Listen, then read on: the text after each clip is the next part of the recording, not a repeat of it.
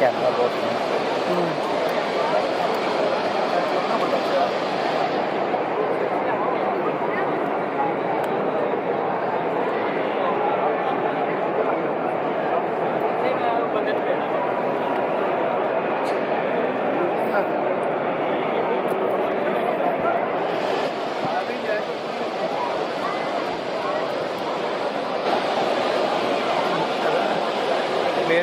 मेरा घर इस तरह का आ रहा है।